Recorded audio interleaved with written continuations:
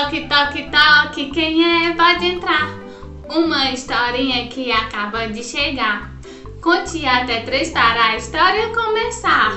1, 2, 3. Era uma vez. Vida de criança, de autora Gabriela Valesca. Ser criança é sensacional. O dia fica muito divertido e muito especial.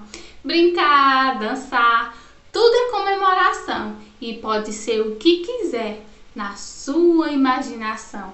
Pode ser o Batman, o Homem-Aranha, o Incrível Hulk ou o Superman, a Mulher Maravilha, Tinkerbell, Branca de Neve ou Ariel. Ou um astronauta também pode ser. Viajar pelo mundo com seu amigo ET, no seu lindo foguetinho, ver as luas e as estrelas bem de pertinho. Pode ser um animalzinho também, um cachorro, um gato, o voar de um passarinho. No seu mundo pode conhecer o mar, no seu melhor fundo. E o que você vai encontrar?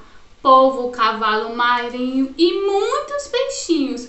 Pode brincar com um peixe grande e nadar do lado de um tubarão. No seu mundo pode ser o que você quiser.